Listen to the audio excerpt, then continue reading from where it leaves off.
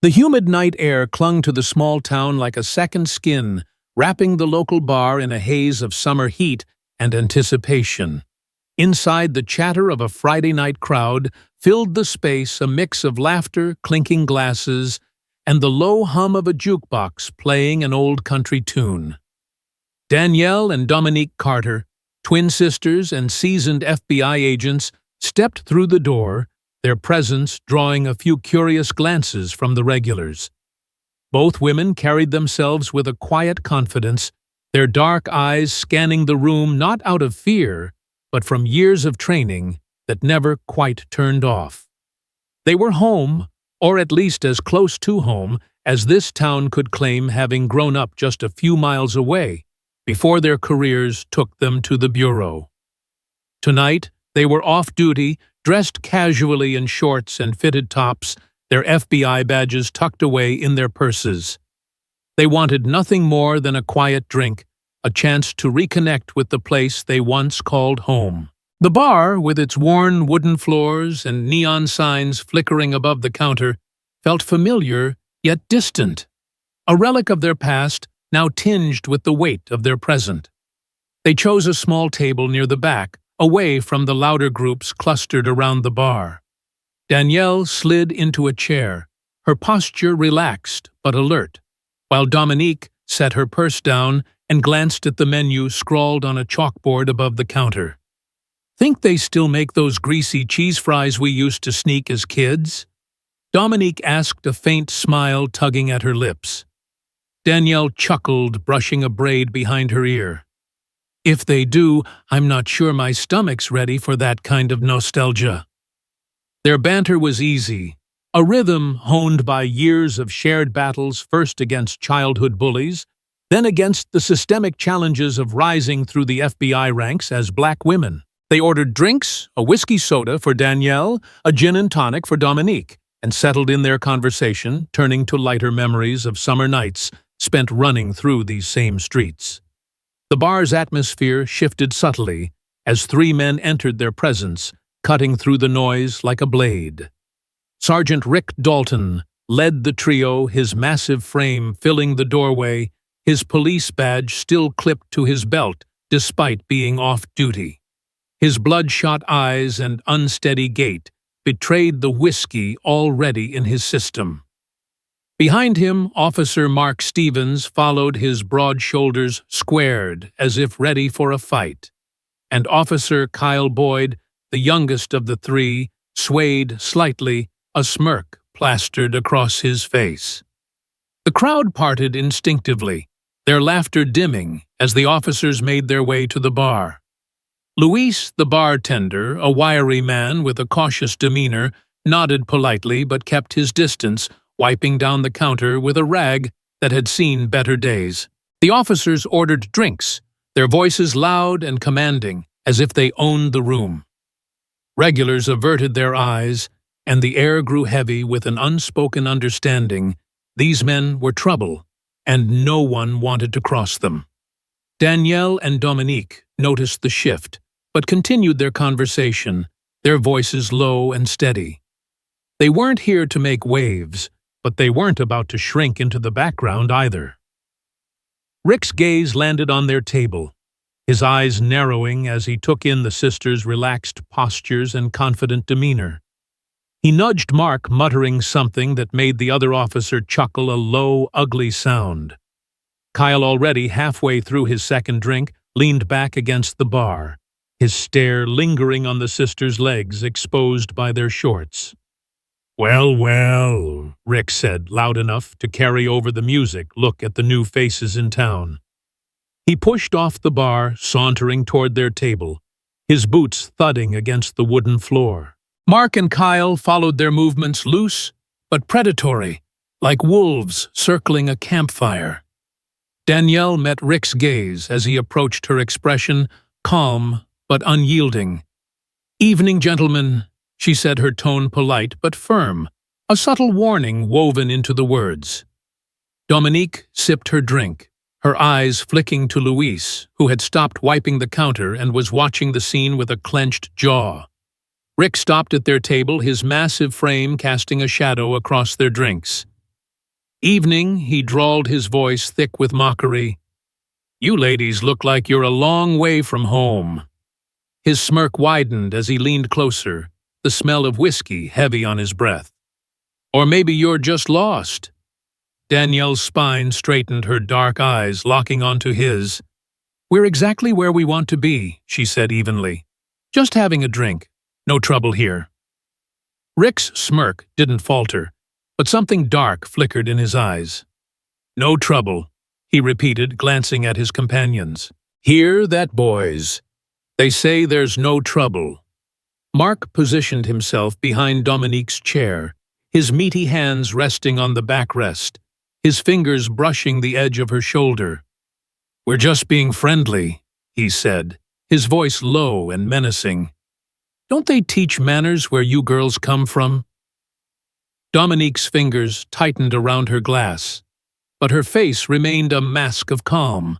She glanced at Danielle, a silent communication passing between them, honed by years of working together under pressure. We've got manners, Dominique said, her voice steady, each word precise. But we don't take kindly to being crowded. Kyle, swaying slightly, let out a slurred laugh. Check out those curves, he said, making an exaggerated hourglass gesture with his hands. You two must be twins. Double the chocolate, am I right, Sarge? The crude remark hung in the air, and several patrons shifted uncomfortably in their seats. A woman at the bar grabbed her purse and slipped out the door, her footsteps quick and quiet. The jukebox seemed to fade into the background, leaving only the heavy tension in the room. Danielle's eyes never left Rick's. Last warning, she said, her voice cutting through the silence like a blade. Walk away while you still can. Rick's smirk turned predatory as he grabbed an empty chair from a nearby table, dragging it across the floor with a screech that made everyone wince. He spun it around and straddled it backward, getting uncomfortably close to Danielle. Now that's cute, he said, his tone dripping with condescension. You think you're in charge here? He looked over his shoulder at Mark and Kyle. Ladies seem to have forgotten whose town this is. Mark's hand slid from the backrest to Dominique's shoulders, his grip firm and invasive. She went completely still, her expression hardening like stone. Don't touch me, she said quietly, her words sharp and measured. Or what Mark replied, squeezing her shoulders. You gonna call the police? All three officers burst into laughter, the sound grating and cruel. Luis appeared at their table holding a tray of empty glasses as an excuse to intervene. Gentlemen, maybe we should keep things calm, he said, his voice steady but strained. No trouble tonight. Rick's head snapped toward him. Shut it, Luis, he growled, his eyes never leaving the sisters. Go back to washing dishes before I decide to check your papers again. Luis's face flushed, but he held his ground, his hands tightening on the tray. Sergeant, I don't want any trouble in my bar. Kyle stumbled forward, bumping the table and sloshing the sisters' drinks. Then tell these stuck-up Dominique, cut him off, her voice like ice. Choose your next word very carefully. Kyle leaned down, his face inches from hers, his breath sour with alcohol. Or what, beautiful, besides looking like that in those shorts, you're basically asking for attention. Danielle's hand moved toward her purse, but Dominique caught her eye and gave a subtle shake of her head. Not yet. Rick noticed the exchange and grinned wider. Got something in that purse you want to share with the class princess? He taunted. Just my lipstick, Danielle replied smoothly, though her eyes burned with defiance. Doubt it's your shade.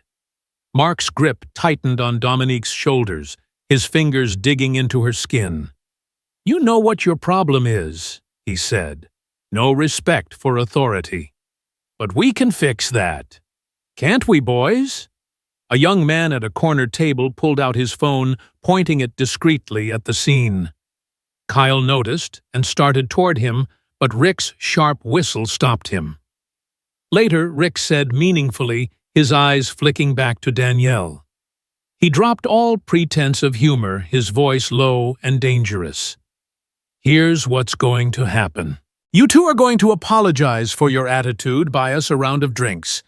And maybe if you ask real nice, we'll forget about this little display of disrespect.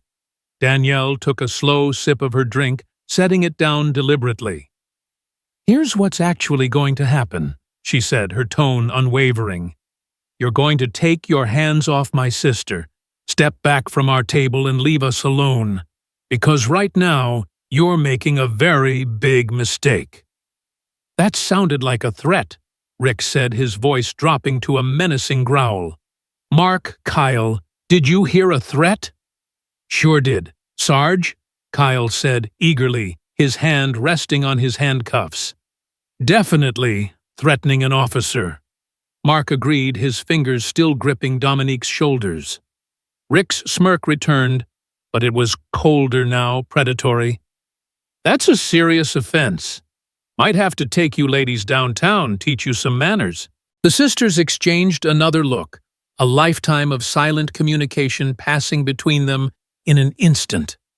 The tension in the bar had reached a breaking point, like a rubber band stretched to its limit. The three officers moved closer, forming a tight circle around the sisters' table. Rick's eyes roamed over their bodies, lingering on their legs. Would you look at that? He drawled, nudging Kyle. Twins really do share everything, even their taste in outfits. Dominique's jaw tightened, but her face remained neutral. She'd dealt with men like this her entire career, first in community outreach, then at the Bureau. Their kind of power came from making others feel small. Those hips, though, Kyle slurred, swaying his own hips in a crude imitation. Bet you girls can dance real good. Mark chuckled, his breath hot on Dominique's neck. What did you say, ladies? Give us a little show, since you're dressed for it and all. The few remaining patrons studiously avoided looking their way. Luis had disappeared behind the bar, likely calling for help. But the sisters knew better than to expect backup in a town where these men ruled. Back up, Danielle warned again, her voice carrying across the now silent bar. You're drunk, and you're making fools of yourselves. Rick's face darkened. Making fools of ourselves, he repeated, gesturing at their outfits. You come in here dressed like that, shaking what your mama gave you, and we're the fools. Our clothes aren't an invitation, Dominique said, her voice quiet, but laced with steel. And your badge isn't a license to harass women. Rick's laughter was sharp and cruel. He moved behind Dominique's chair with surprising speed, for a drunk man, his hand connecting with her backside in a loud, humiliating slap. The sound echoed through the bar like a gunshot, followed by his mocking laughter. Dominique shot up from her chair, her face flushed with fury. You son of a Danielle lunged forward, but Mark was ready, slamming her against the wall with enough force to knock the wind from her lungs. He pressed his forearm across her collarbone, pinning her in place. What's the matter? Rick taunted, standing too close to Dominique. Can't take a compliment from an officer of the law. He reached for her again, but she knocked his hand away. Touch me again, she said, her voice trembling with rage, and you'll pull back a stump. Kyle giggled, pulling his handcuffs from his belt with an exaggerated flourish. The metal clinked ominously in the tense silence. Ooh, now, that's definitely a threat against an officer, he said, grinning. Around them, patrons stared into their drinks or at their phones, shoulders hunched. A middle-aged couple near the door gathered their things and hurried out, not wanting to witness what was coming next. Someone's getting awful hostile, Mark said, increasing the pressure on Danielle's chest. Maybe we should take this somewhere more private. Teach you ladies some respect. Rick moved closer to Dominique, using his height to loom over her, his breath reeking of whiskey and spite. Let me explain something real clear, he growled, jabbing a finger into her chest. This is my town, my streets, my rules. Kyle jangled the handcuffs again, his grin widening. And rule number 1 is you don't talk back to cops. Especially not when we're being so nice. Mark added his free hand, moving to stroke Danielle's hair. She jerked her head away, and his fingers tangled painfully in her curls. Luis reappeared, his face pale but determined. "Sergeant Dalton, please," he said, his voice tight. "They're customers." Rick whirled on him, grabbing his collar and shoving him back against the bar. "One more word from you and Ice will be real interested in that back room of yours," he hissed. Luis's mouth snapped shut, his hands balling into fists, but he caught Dominique's eye, giving a subtle nod toward his apron pocket, where the red light of a recording device blinked faintly. Rick turned back to the sisters, his expression smug. "Now where were we?" he said, yanking Dominique closer. He leaned in, his lips nearly brushing her ear. "You don't talk back to cops in my town." Kyle moved behind her, snapping the handcuffs closed around her wrists with a metallic click that echoed through the silent bar. Her breath hitched as the cold steel bit into her skin, deliberately too tight. "Not so high and mighty now, are you?" Kyle sneered, shoving her down. Her knees hit the sticky floor hard, the sharp smell of spilled beer assaulting her senses. Mark had Danielle pinned face first against the wall, her cheek pressed against the rough wood. Splinters caught at her skin as he twisted her arms behind her back, cuffing her with the same rough efficiency. Rick circled them like a vulture, his eyes raking over their bodies, lingering where their shorts had ridden up from the rough handling. "Should have played nice when we gave you the chance," he said, his voice dripping with malice. Luis stepped forward again, hands raised. "Please, they haven't done anything wrong. Let me call them a cab." Rick's hand shot out, shoving him back. "You say one more word and I'll have this place shut down faster than you can say health code violation," he snarled. "How many illegals you got working in that kitchen, Luis? How many fake papers?" Luis's face went ashen, but he slipped his phone deeper into his apron, the recording light still glowing.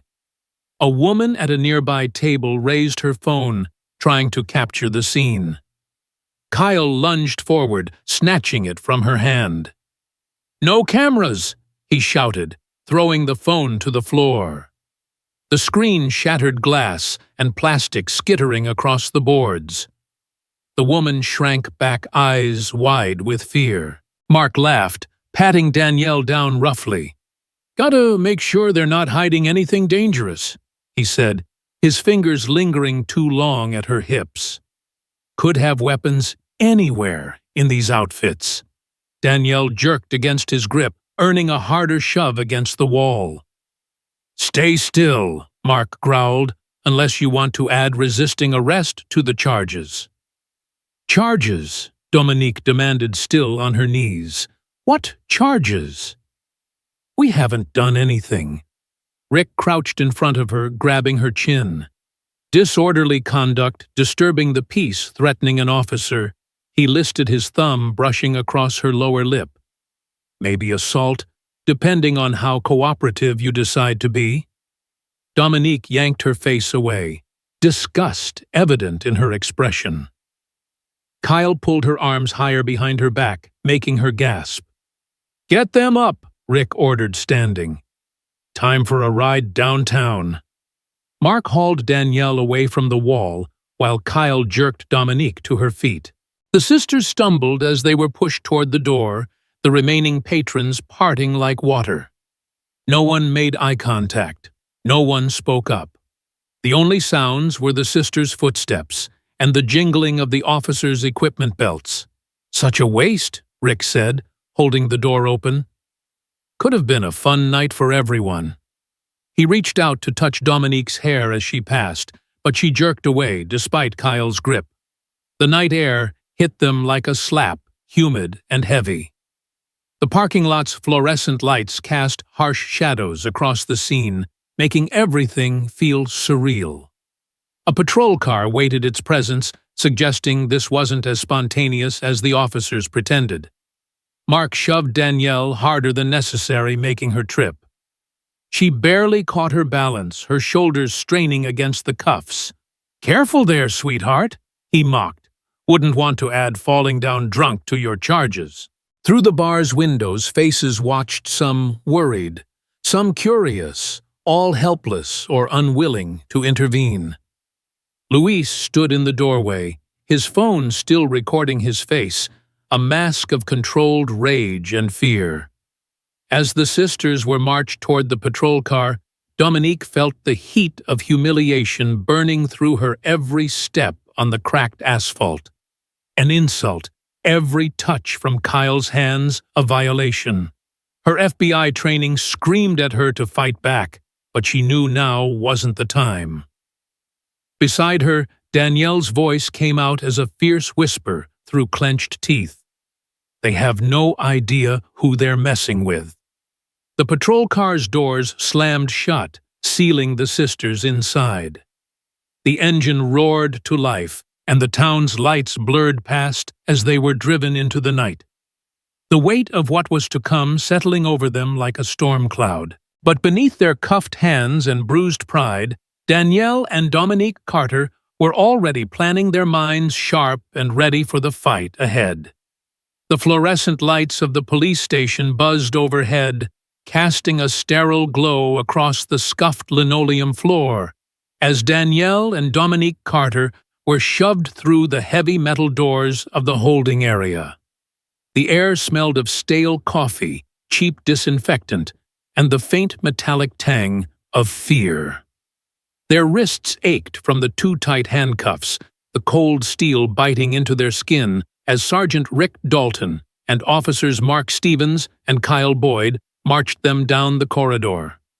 The sisters' bare feet slapped against the cold floor, their shoes confiscated during the initial processing at the bar, a deliberate humiliation to make them feel vulnerable. Danielle's cheek still stung from where Mark had pinned her against the bar's rough wooden wall, and Dominique's shoulders burned from the awkward angle Kyle had forced her arms into.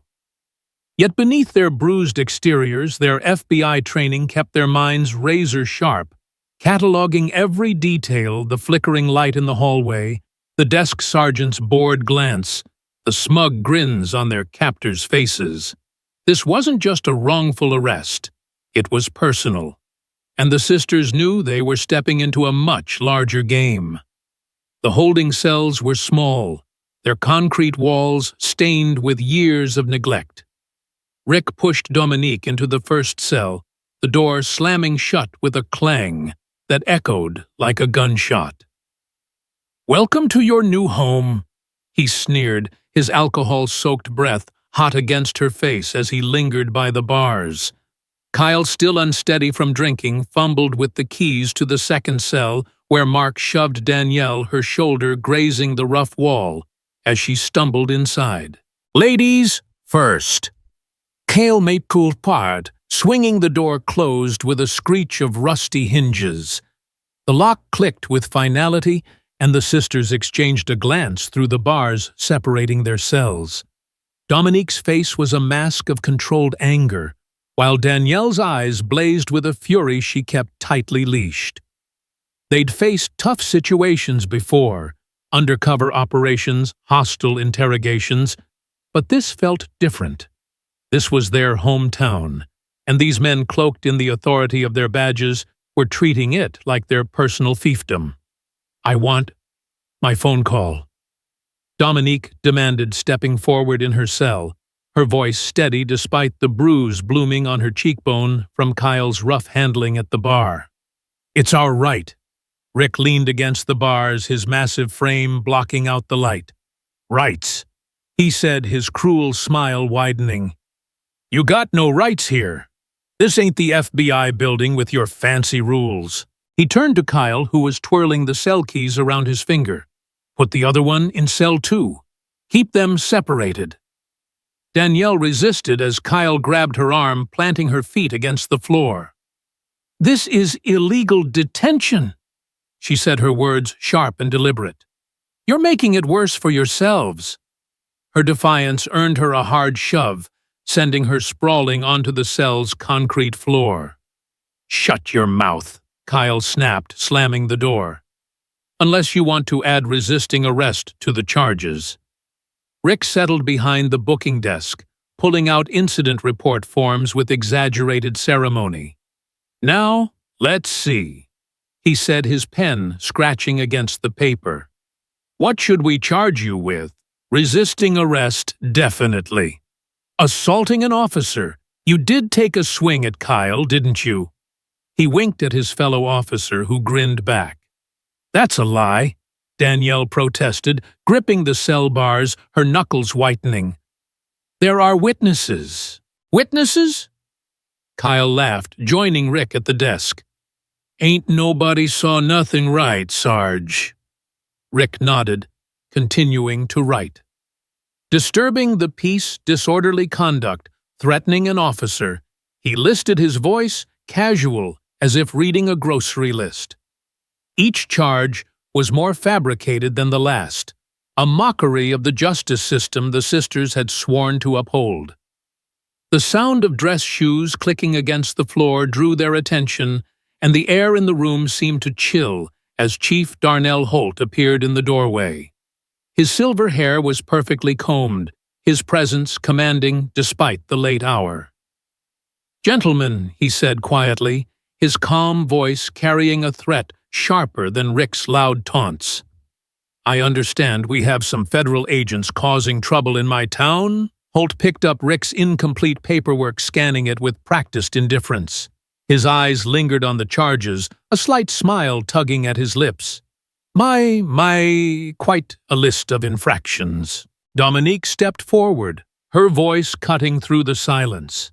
"Chief Holt, your officers physically assaulted us without cause, falsely arrested us, and are now fabricating charges. We demand Holt cut her off," his voice still eerily pleasant. "You demand nothing." He walked slowly between the cells, hands clasped behind his back, his polished shoes clicking with each step. "It's interesting, isn't it? We get outsiders in here sometimes thinking their fancy titles mean something, thinking they can come in and, investigate." He stopped in front of Danielle's cell, studying her like a specimen under glass. "Bad things tend to happen to people who push too hard in my town. People disappear into the system. Paperwork gets lost. Charges multiply." His smile never reached his eyes. "Even FBI badges won't save you from that." The threat hung in the air like smoke, choking the oxygen from the room. Rick and Kyle exchanged satisfied smirks, emboldened by their chief's presence. "You can't intimidate us," Danielle said, her voice low and dangerous. "We've dealt with corrupt cops before." Holt chuckled, the sound devoid of humor. "Corrupt? That's such an ugly word. I prefer to think of it as maintaining order. My order." He straightened his tie, his movements deliberate. "You have a choice, ladies. Take your disorderly conduct charges, spend the night here, and leave town tomorrow with your tails between your legs. Or," he let the alternative hang unspoken, his eyes cold and unyielding. Or what Dominique challenged, her voice steady, despite the pain in her wrists. "You'll make us disappear. Add us to your collection of victims." Holt's eyebrows rose in mock surprise. "Victims? I don't see any victims here. Just two drunk women who attacked my officers and are now facing the consequences. That's what the paperwork will show anyway." He handed the forms back to Rick. "Finish processing them. I want everything done by the book. Our book." With a final cold smile, he turned and left, his footsteps fading down the corridor. Rick and Kyle returned to their paperwork, their occasional laughter mixing with the scratching of their pens as they invented more details for their false report. Danielle pressed against the bars, separating her cell from Dominique's, her voice barely above a whisper. "This isn't about us," she said, watching her sister's face in the harsh fluorescent light. "It's about how many others they've buried. Dominique nodded, her eyes fixed on the hallway. They're too comfortable, too practiced. This is a system. The sisters settled into a watchful silence, their minds racing as they catalogued every word, every gesture. The clock on the wall read 2:13 a.m., its second hand ticking with maddening slowness. They had no phones, no jewelry, nothing but their training and each other. But Danielle had something else, a hidden microphone sewn into her bra strap, standard FBI gear for undercover work. The officers hadn't thought to check for it, their arrogance blinding them to the possibility that their prey might be more than they seemed. Soft footsteps broke the silence, and a young officer appeared carrying 2 paper bags and cups of water. Jenny Morales, a rookie, whose tense shoulders and averted eyes had caught the sisters' attention earlier, moved with deliberate care. Dinner, she announced loudly for the benefit of anyone listening. Standard issue sandwich and chips. Her voice dropped to a whisper as she approached Danielle's cell, slipping a small folded piece of paper into her hand. "Don't trust anyone here," she murmured. "This isn't the first time." Danielle palmed the note, her expression unchanging as she accepted the bag. Morales moved to Dominique's cell, maintaining the pretense of routine delivery. "The water fountain's broken, so you'll have to make do with cups," she said, at normal volume. Then whispered, "They do this at least once a month, usually to Black women passing through." Dominique took her meal, slumping onto her bunk, as if resigned, but her eyes were sharp, taking in Morales's trembling hands. "Thank you, officer," she said, her voice soft, playing the part of a defeated prisoner. Once Morales was gone, Danielle waited until the distant sound of the night shift changing echoed through the station before unfolding the note under her thin blanket. A phone number was scrawled in tight, neat handwriting, followed by the words, "Emergency FBI contact, Deputy Director Marcus Chen." She memorized the number, then tore off a piece of the paper bag, using it to scribble the digits before eating the note. Her movements careful and practiced. Dominique, watching through the bars, murmured, "They've done this before. Multiple victims." Danielle replied, her voice equally low, "Multiple witnesses." They ate their stale sandwiches and staler chips in silence, knowing they needed their strength. The high window in Danielle's cell showed a sliver of moonlight, a faint reminder of the world outside this corrupt system. Around 3:00 a.m., a drunk was brought in, his loud protests echoing as Rick and Kyle roughed him up before tossing him into a cell further down. They paused to leer at the sisters. "How are our FBI superstars doing?" Rick taunted, rapping his nightstick against the bars. "Not feeling so tough now, are you?" Danielle Guy kept her eyes down, shoulders slumped, while Dominique curled up on her bunk, her face turned to the wall. Kyle laughed. "Look at that. All that attitude gone already. Maybe they're learning their place." "About time," Rick agreed, his voice smug. Chief was right. They ain't so special after all. Their footsteps faded, followed by the sound of a door closing. The sisters maintained their act of defeat until they were sure they were alone. "They're getting sloppy," Dominique whispered. Overconfident, Danielle agreed, her voice barely audible. "Did you see the camera in the corner?" "It's for show," Dominique said. "The red light isn't on. No recording system," Danielle confirmed. "They don't want evidence of what happens here. But that works both ways. They couldn't prove what the sisters did or didn't do either." Around 4:00 a.m., Rick and Kyle returned, their voices loud and unguarded, the clink of glass bottles betraying their continued drinking. "Man, I needed this after dealing with those stuck-up feds," Rick said, his chair creaking as he settled in. "Hell yeah," Kyle agreed, his words slurring. "Bourbon makes everything better." Danielle shifted slightly, angling her body to ensure her hidden microphone caught every word. "Remember that family on Oak Street last summer?" Mark's voice joined in, slightly slurred. "The way that Mother cried when we found that bag of pills in her son's room." Danielle's heart raced, but she kept her breathing steady, knowing the mic was recording. "That was classic," Rick chuckled, ice cubes clinking in his glass.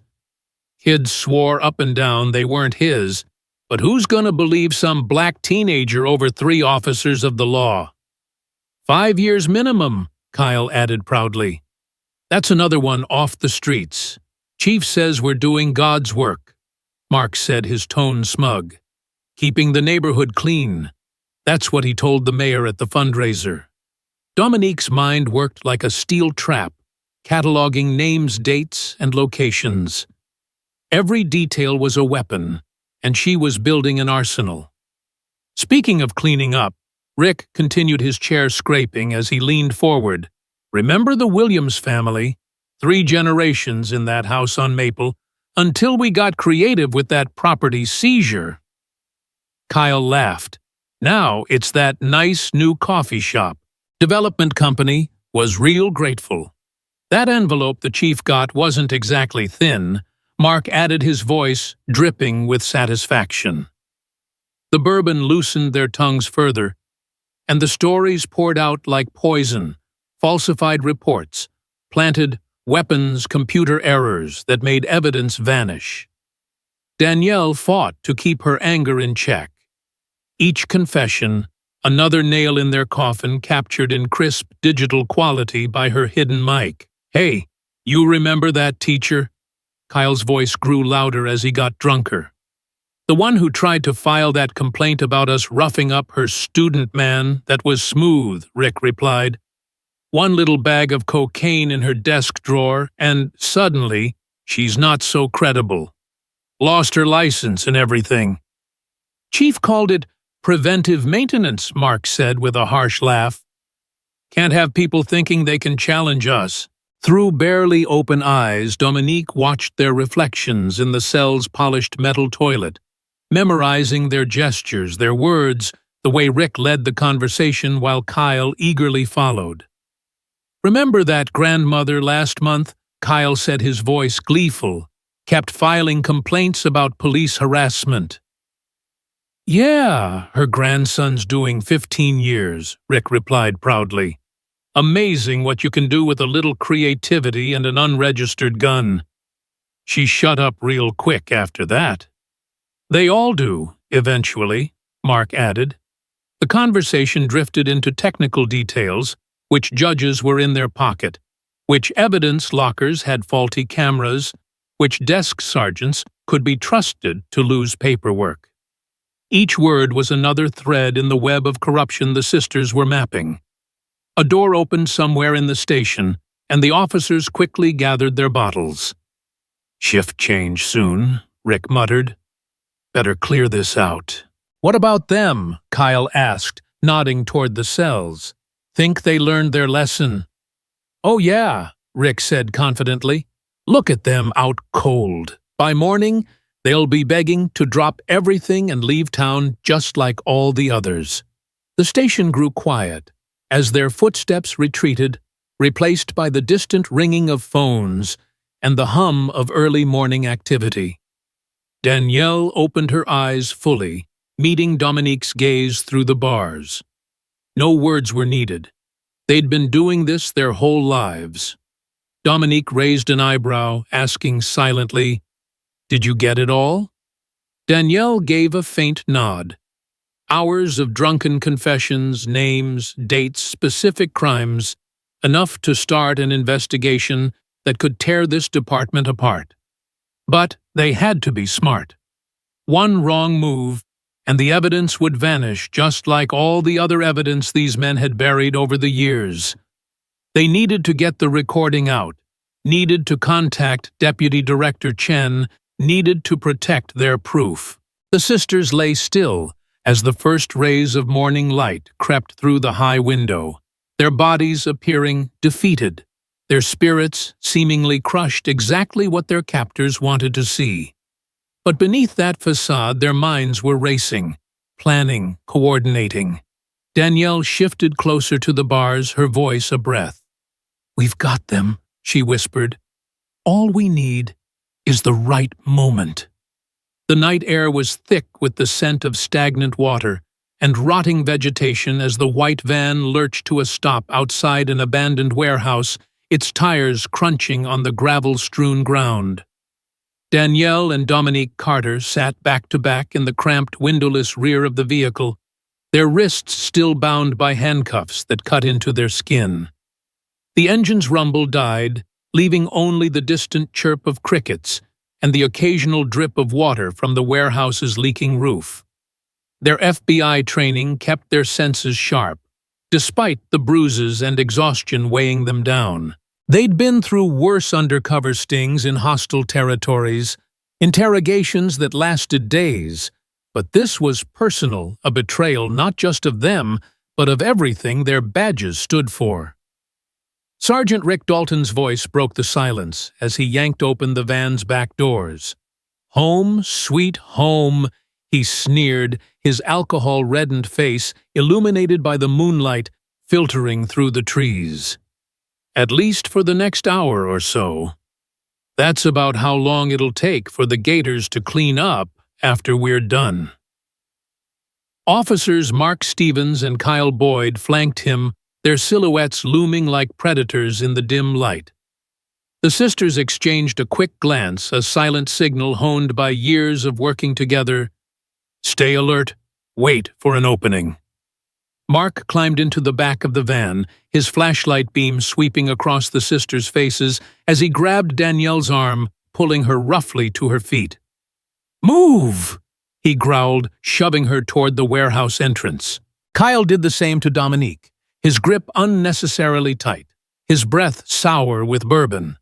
The sisters stumbled forward, their bare feet catching on the uneven ground, the humid air clinging to their skin. The warehouse loomed ahead, its broken windows like empty eye sockets staring down at them. Rusty machinery hulked in the corners, and the concrete floor was littered with debris, empty oil drums, fallen beams, and shards of glass that glinted in the moonlight. Rats scurried away from Mark's flashlight, their claws scratching against the concrete. "Perfect spot," Kyle said, his voice tinged with excitement. "Nobody's been out here in years. Nobody to hear anything." Rick circled the sisters slowly, his service weapon drawn the barrel, catching the light as he moved. "You know what I love about this job," he said, his tone conversational but laced with menace. "Getting to put arrogant folks in their place. Especially ones who think having dark skin and a badge makes them special." "Is that what this is about?" Danielle asked, her voice steady despite the gun in Rick's hand. "You can't stand seeing black women with authority." Rick's face darkened, his smirk twisting into a snarl. "This is about respect," he spat. "About knowing your place in the natural order." Dominique laughed harshly, the sound cutting through the tension like a blade. "Natural order? You mean white men with badges getting away with murder?" Kyle kicked her legs out from under her, sending her crashing to the concrete. She grunted, but immediately started to rise, only to be stopped by Mark's boot pressing into her back. "I've waited a long time for this," Rick said, stepping closer to Danielle, his gun now inches from her temple. "Ever since you two walked into that bar, acting all superior like you were better than us." "We are better than you," Danielle said coldly, her eyes locked on his. "We protect people. You prey on them." Rick's rage flared, his hand trembling as he pressed the gun harder against her skin. "Any last words, FBI?" he whispered, his finger tightening on the trigger. "Any clever comments about justice? About right and wrong?" Danielle's laugh was sharp and deliberate, cutting through the tension like a knife. "What's wrong?" "Rick, need a gun to feel strong. Can't handle two women without backup." His hand shook his drunken anger, making him sloppy. "Shut up," he roared, swinging the gun to strike her face. But Danielle was ready, ducking just as the weapon whistled past her ear. In the same instant, Dominique moved her fingers, having worked free a hair clip from her braids during the ride. With practiced precision, she'd picked the lock on her handcuffs, the metal clicking open silently. As Mark's attention shifted to Rick's outburst, she exploded upward, driving her elbow into his gut. He doubled over with a grunt, his boot lifting just enough for her to roll free. Kyle lunged forward, but Danielle swept his ankle, sending him crashing to the floor, his head cracking against the concrete. Rick tried to bring the gun back around, but Dominique's palm struck his wrist, sending the weapon spinning into the darkness. Rick's curse was cut short by Danielle's fist connecting with his jaw, the impact snapping his head back. Mark recovered, charging at Dominique with a wild punch, but the sisters moved in perfect sync, their FBI combat training taking over. Dominique stepped left. Danielle went right, creating an opening. Mark's fist met empty air, and Dominique grabbed his extended arm, using his momentum to flip him over her hip. He landed hard, the air rushing from his lungs. Kyle staggered up, blood trickling from a cut on his forehead, and swung his baton in a vicious arc. Danielle blocked with her forearm, gritting her teeth against the pain, then drove her knee into his groin. He crumpled, gasping. Rick bellowed, throwing clumsy haymaker punches, but his drunken swings were no match for the sisters' precision. Danielle ducked another blow, landing a strike to his solar plexus, while Dominique's spinning kick caught him in the temple. He stumbled, dazed, as Mark pulled his backup piece. Danielle was faster, locking her hands around his wrist and twisting sharply. The gun clattered to the floor as his bones snapped, his scream echoing off the warehouse walls. Kyle stirred, fumbling for his pepper spray, but Danielle's kick sent it flying, and a follow-up punch laid him out cold. Rick tried one last bull rush, his massive frame charging at Dominique, but she sidestepped smoothly, letting his momentum carry him into a support beam with a resounding clang. He slumped to his knees, vision swimming. Dominique retrieved his dropped handcuffs, snapping them around his wrists with a satisfying click. "Welcome to our world," she said coldly, tightening them until they bit into his skin. "How does it feel to be helpless?" Danielle stood over him, her voice hard with triumph. "Checkmate." The warehouse was silent except for the harsh breathing of the defeated officers and Kyle's quiet groans. The sisters stood tall, their bruises and scrapes, a testament to their fight, but their spirits unbroken. Danielle reached into her boot, pulling out a small device, a modified body camera that had survived the pat-downs. She activated the FBI uplink system, its tiny red light blinking to life. "What's that?" Rick slurred, squinting through the blood trickling into his eyes. "Your confession booth," Danielle said, positioning the camera to capture all three officers. "Everything you say is streaming live to FBI servers and the internet." Rick's face twisted with rage. "You're bluffing, am I?" Danielle held up her phone, showing the live feed. "Right now, thousands of people are watching, including your superiors." Kyle's eyes widened, panic creeping in. "Turn it off," he shouted, trying to lunge forward, but falling back still dizzy. "Why?" Dominique asked, her voice dripping with false sweetness. "Worried about people seeing the real you, the brave officers who kidnap women and threaten to kill them." Mark shook his head, cradling his broken wrist. "You can't prove anything." "Actually, we can," Danielle said. "Your phone GPS puts you here. The warehouse security cameras caught you dragging us inside. And now we have you live." Dominique circled behind Rick, her steps measured. "Tell them about the other women, Rick. The ones you've terrorized over the years, the evidence you planted, the lives you've ruined." "I don't know what you're talking about," he spat, but sweat beaded on his forehead, betraying his fear. No, Danielle pressed, stepping closer. What about Maria Rodriguez? The drugs you planted in her car before deporting her, separating her from her kids. Or James Washington, the college student you framed for assault. Rick's face paled, his drunken bravado crumbling under the weight of his own words. Across town, Officer Jenny Morales sat at her desk in the police station, her fingers flying across the keyboard as she shared the live feed to social media platforms and news outlets. She'd been documenting the department's corruption in secret for months, waiting for a moment like this. The viewer count exploded as local news stations picked it up, followed by national outlets. The hashtag #expose. Corrupt cops began trending, and Morales sent anonymous tips to key journalists, ensuring the story couldn't be buried. Back in the warehouse, Rick's drunken tongue betrayed him further. "You think you're so special," he sneered into the camera. "Coming into my town with your FBI badges thinking you can change things. This is how it's always been, how it should be, keeping people in their place." Kyle tried to shut him up, but Rick was too far gone. "You know how many we've put away? Plant a little evidence here, rough them up there, they learn real quick who's in charge." Dominique leaned in her voice, quiet but piercing.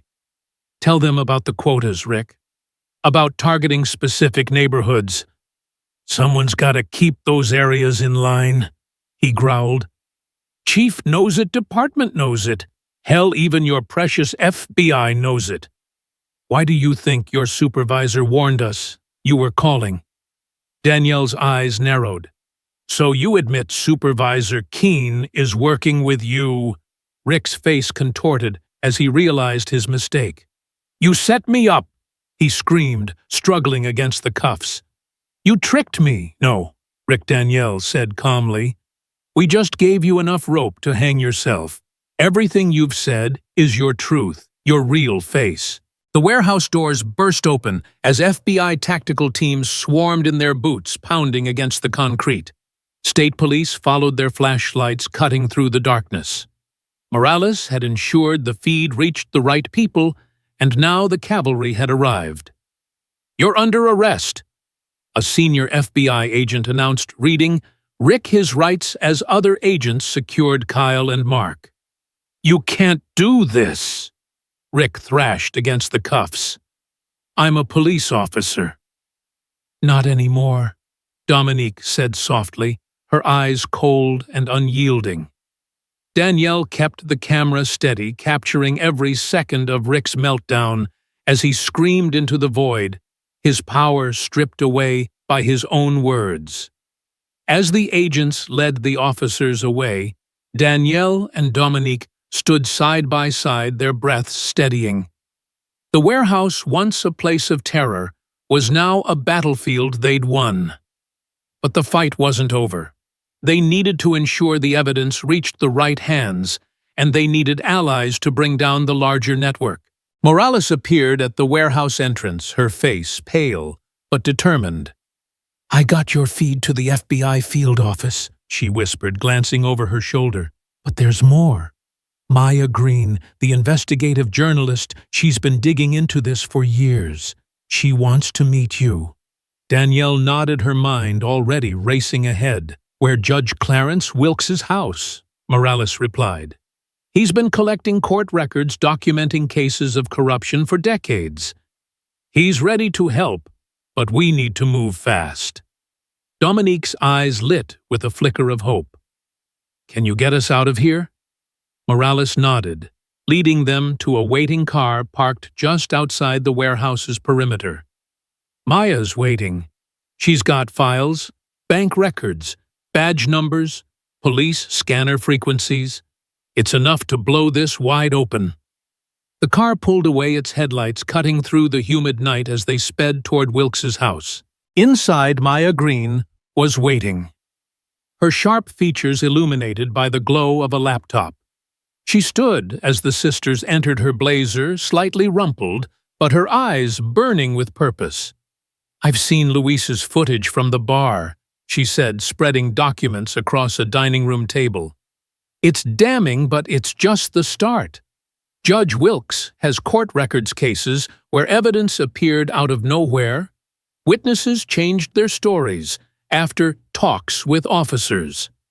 I've got financials offshore, accounts, property deals, payoffs to politicians. Judge Wilkes, a tall, dignified man with kind eyes that carried the weight of decades of injustice, nodded grimly. "I've been watching this department for years," he said. "Every time I tried to speak up, they threatened my family.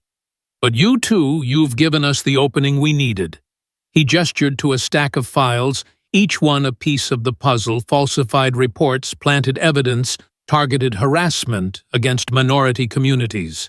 Danielle and Dominique pored over the documents, their FBI training kicking in as they connected names, dates, and incidents.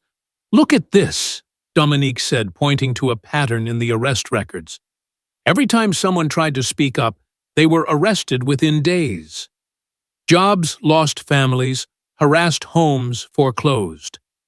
They're not just corrupt," Wilkes said heavily. "They're organized, efficient.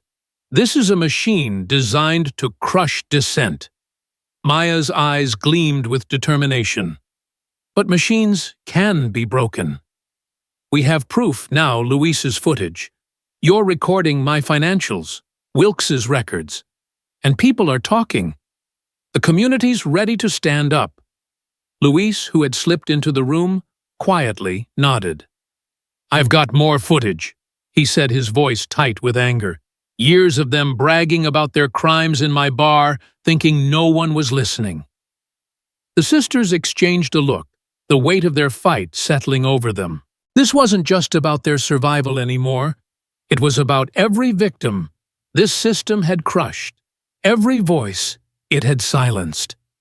As the night wore on, the group worked feverishly, piecing together evidence and building a case that could topple the corrupt network.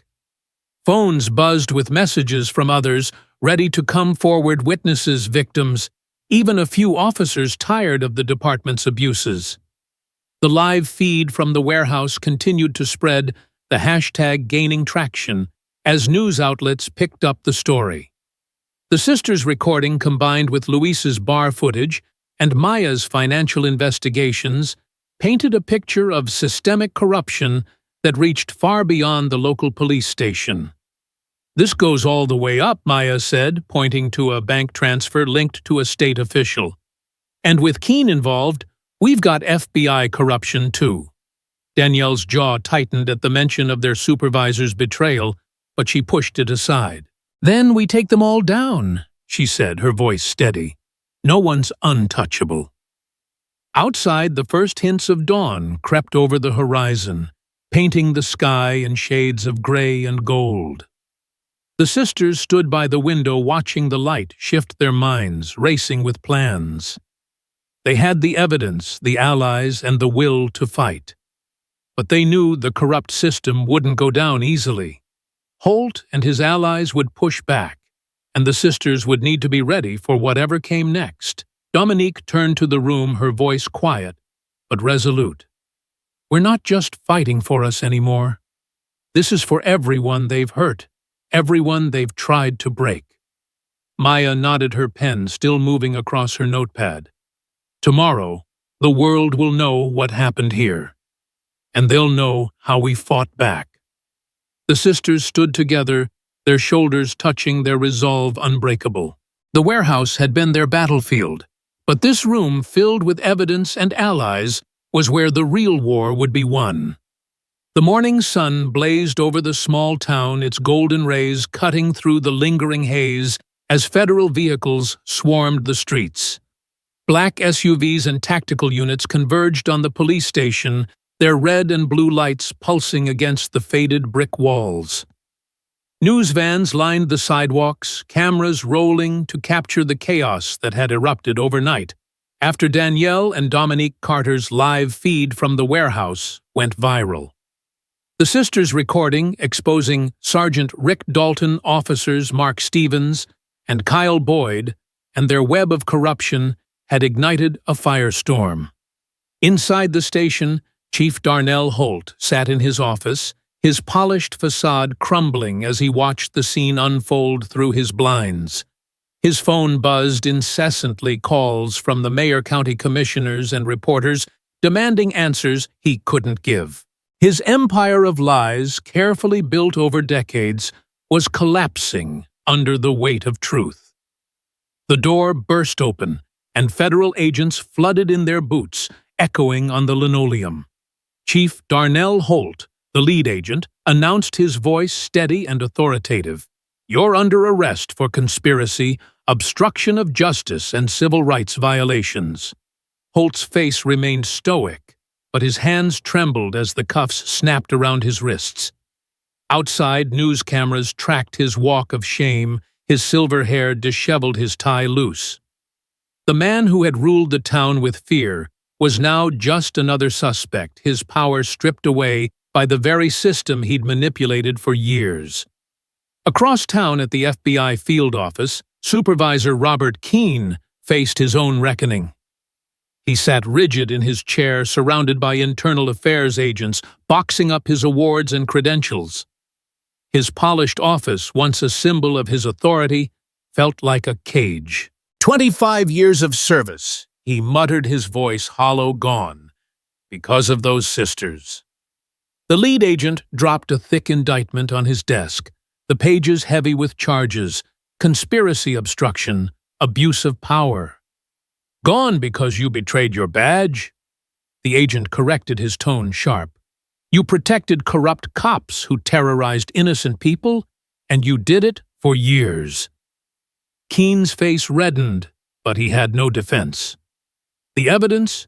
Danielle's hidden microphone recordings, Luis's bar footage, Maya Green's financial investigations, and Judge Clarence Wilkes's court records was overwhelming. As Keene was led out in handcuffs, reporters captured his disgrace. His once impeccable suit now rumpled his eyes, avoiding the cameras. The man who had built his career on loyalty to power now stood alone, abandoned by the allies he'd shielded. At the county jail, Rick, Mark, and Kyle were processed into cells, their badges and uniforms replaced with orange jumpsuits. Rick's face was plastered across every news channel, his drunken confessions looping endlessly, his racist rants, his admissions of planting evidence, his boasts about targeting minority communities. "My life is over." Kyle whimpered in his cell, his voice barely audible. "Should have thought about that before you helped kidnap federal agents," the guard replied coldly. Mark sat silently, cradling his broken wrist, the reality of his situation sinking in. The power he'd wielded so carelessly was gone, leaving him just another inmate awaiting trial. The sisters' live feed had done more than expose their crimes. It had shattered the illusion of their invincibility, turning them into national symbols of police corruption. Outside the police station, the town's residents took to the streets. What began as a small gathering swelled into hundreds, then thousands, as Black residents who had suffered silently for years found their voices. Signs reading "No More Fear" and "Carter Sisters" showed the way, waved above the crowd. Mrs. Washington, whose son James had been framed by Rick and sentenced to 3 years in prison, stood at the front, her voice trembling but strong. "My boy lost his future because of their lies," she told news cameras, tears streaming down her face. "But today, the truth is out, and we're taking our town back." Judge Clarence Wilkes addressed the protesters, his tall frame commanding respect, despite his age. "I saw the corruption from the bench," he said, his voice carrying over the crowd. "They threatened anyone who spoke up, but the Carter sisters did what many of us couldn't. They stood their ground and exposed the truth." Luis, the bartender whose hidden recordings had sparked the fire, received a standing ovation. His bar had burned, but his courage had ignited a revolution. Officer Jenny Morales, now working with the federal task force, stepped forward, her badge turned in, but her resolve intact. "I couldn't serve in a corrupt system," she said. "It's time to rebuild from the ground up." Danielle and Dominique emerged from the federal building still wearing the shorts and tops from that fateful night at the bar. Their bruises were visible, but their heads were high, their FBI badges glinting in the sunlight. The crowd parted as they descended the steps, phones recording their every move, signs bearing their names waving in the air. Faces filled with hope and vindication met their gaze. Elderly residents who remembered segregation, young activists who had organized the protests, families who had lost loved ones to the corrupt system. Danielle took the microphone first, her voice steady and commanding. "When we walked into that bar, we were just two sisters wanting a quiet drink," she said, her words carrying across the square. "What happened to us had happened to so many others.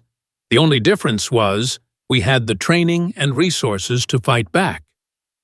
She paused, her eyes scanning the crowd. Justice is never given. It's fought for every day, in every way possible. Sometimes with badges and courts, sometimes with cameras and protests, sometimes with the simple courage to speak the truth. Dominique joined her sister, their shoulders touching in solidarity. "The men who attacked us thought their badges made them untouchable," she said, her voice gentle but firm. "They were wrong. No one is above the law, and no one is beneath justice. This fight isn't just about us. It's about every person they've terrorized, every life they've tried to destroy, every voice they've tried to silence." The crowd roared a wave of applause and cheers rising like a tide. Elderly residents wiped tears from their eyes, while young activists raised their fists in solidarity. Mrs. Washington pushed through the crowd, clutching her son's college acceptance letter. He'd been released, his record cleared, ready to rebuild his life. She hugged the sisters tightly. "You gave us our dignity back," she whispered, her voice breaking. The sisters moved through the crowd, accepting embraces and words of gratitude, their presence a symbol of hope in a town that had known too little of it. That evening, the old community hall buzzed with energy. Every wooden chair filled, people standing along the walls and spilling into the hallway. The worn floorboards creaked under the weight of the crowd, and the evening light filtered through dusty windows, casting long shadows across eager faces. Maya Green, her bruises faded, but her determination burning brighter than ever, stood at the podium, her notebook open. "Tomorrow my full investigation hits the press," she announced, her voice clear and unwavering. 6 months of digging, hundreds of interviews, thousands of documents. We're exposing every false arrest, every planted evidence case, every instance of brutality covered up. The crowd murmured, a mix of pain and vindication in their responses. An elderly man in the front row, whose grandson had spent 5 years in prison on fabricated charges, nodded slowly, tears streaming down his face. "This story doesn't end with Rick Dalton and his cronies." Maya continued. "We've uncovered a network of corruption spanning 3 decades, judges who looked the other way, prosecutors who buried evidence, politicians who profited from our silence. But most importantly, this is about you, the mothers who lost sons, the business owners who paid protection money, the witnesses threatened into silence. Your voices are finally being heard." Judge Wilkes rose, his deep voice resonating through the hall. "I sat on that bench for 30 years, watching good people get crushed by a system meant to protect them. Every time I tried to speak up, they threatened my family. But those days are over. Holt's network is exposed, his allies are scrambling, and federal investigators are reopening hundreds of cases." His voice swelled with emotion. "This town is ours again." The crowd erupted, people hugging each other, some crying openly. Morales shared updates on the investigation. 17 officers indicted so far, she said. The FBI's Civil Rights Division is establishing a permanent presence here. We're rebuilding the department with community oversight. Luis spoke next, his voice tight with resolve. When those officers attacked the Carter sisters, they thought it would be another abuse of power. Instead, it became their downfall. Danielle took the podium, her FBI badge glinting under the hall's lights. This fight showed us something vital, she said, her voice carrying to every corner. Corruption thrives in silence, but it crumbles when people stand together. We were lucky we had training resources and allies like Luis Mayageni and Judge Wilkes. But the real power came from this community, from your courage to speak out, to record, to protest. That's the lesson: justice isn't a gift, it's a battle. And it's one we can win when we fight together. Dominique stepped forward, her eyes meeting those in the crowd. Every person here has a story of loss, of fear, of resilience. Those stories are your strength. Use them to hold the powerful accountable, to demand a system that serves everyone, not just a few. That's what we fought for, and that's what we'll keep fighting for. The hall filled with applause, people rising to their feet, united in a shared victory. The sisters had given them proof that the powerful could fall, that truth could triumph over lies. Maya returned to the podium holding up advanced copies of her exposé. Tomorrow, the country will know what happened here, and they'll see how a community found its voice. But this is just the start. We're building something better. A justice system that protects, a police force that serves a town where truth matters more than power. The meeting stretched into the night, people lingering to share stories and plans. The sisters stood together, watching the scene unfold. They had broken decades of silence. But the community's response, their unity, their courage, was the true victory. As the evening deepened, Danielle and Dominique stepped outside the quiet street, a stark contrast to the energy inside. The stars shone brightly, a reminder of the nights they'd spent as children, dreaming of justice, vowing to fight bullies and corruption. "This is bigger than us now," Dominique said, her voice soft but resolute. Danielle nodded, her eyes on the horizon. "We gave them a spark. They'll carry the fire." The corrupt system they'd exposed sat behind bars, its power broken. But the fight for justice would continue, fueled by a community that had found its voice. The lesson was clear: courage, truth, and unity could dismantle even the most entrenched corruption. The sisters walked into the night, their footsteps echoing on the sidewalk, their heads high, ready for whatever came next, knowing they'd helped light a path toward a better future.